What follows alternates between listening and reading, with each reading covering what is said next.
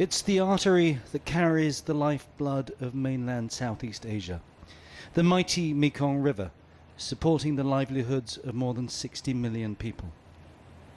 But today, the river is still and lifeless. Drought has drained the water to some of the lowest levels on record and threatens many of those who live along its banks.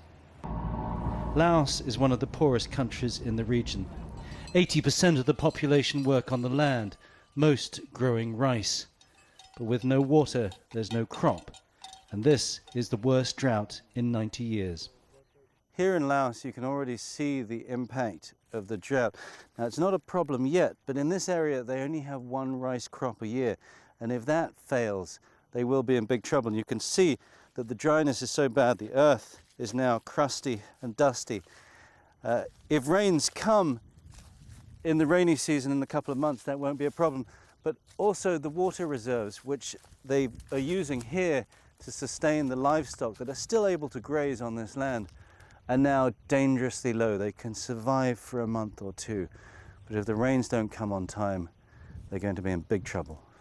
Lao Luang Kod is 57 years old and works this land alone. She used to get 2 rice crops a year. Now she's down to 1. And if the rains don't come soon, there won't be anything at all. There isn't enough water here. I want them to build a water gate so there is enough to grow, enough lights to eat. I can't even grow vegetable now. On the opposite bank of the river in Thailand, the situation is the same. Where there should be lush green rice paddies, a dry, dusty wasteland. Farmers here say they're getting by. Last year they managed to eke out 1 rice harvest, but if the rainy season doesn't start in July, life will be very hard. With that in mind, the Thai government started an emergency project last week, pumping huge amounts of water out of the Mekong into their own river system. But it's only a temporary fix. And some Thai scientists feel the kingdom is locked in a never-ending cycle of drought and flood.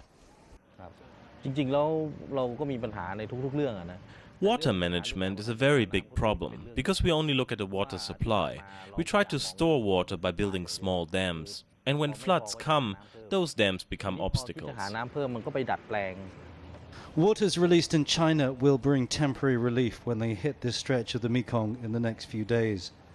But with the changing weather patterns of El Niño and the long-term impact of climate change, the river may no longer be the force it once was. Tony Cheng, CCTV, Laos.